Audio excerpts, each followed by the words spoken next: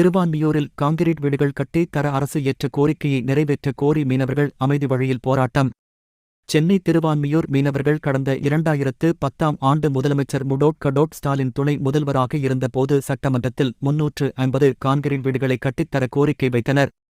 முதல்வர் பொறுப்பேற்று 3 ஆண்டுகள் நிறைவடைந்துள்ளது. ஆனால் இன்றுவரை எவ்வித நடவடிக்கையும் இல்லாததால் 100க்கும் மேற்பட்ட மீனவர்கள் கடலுக்கு செல்லாமல் ஒருநாள் அடையாள அமைதி வழி போராட்டத்தில் ஈடுபட்டனர்.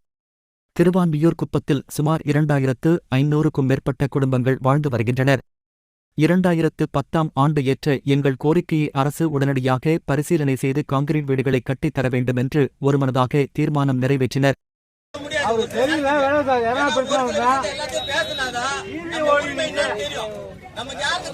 ஒரே ஒரு ரோடு தான் இருந்துச்சு. முன்னாடி நம்ம ஏம்டிவன் கோயில் பக்கம் தான் ஒரே ஒரு ரோடு தான் இருந்துச்சு.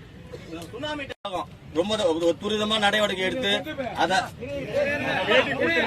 இருக்கிற இடத்தை நம்ம பகிர்ந்து அந்த இடத்துல தான் நம்ம தான் சொந்தமா வீடு கட்டி நம்ம வாழ்றோம்.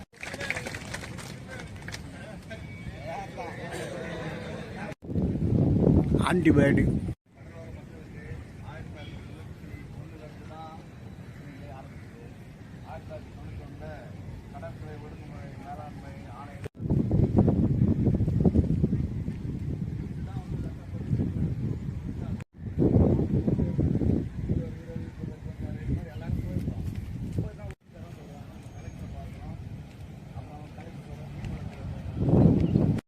பஞ்சாயத்து கிடையாது. நம்ம கோர்ட்ல போகணும்னா நார்மல் பஞ்சாயத்தா இருந்தா நீ கோர்ட்ல போட முடியாது.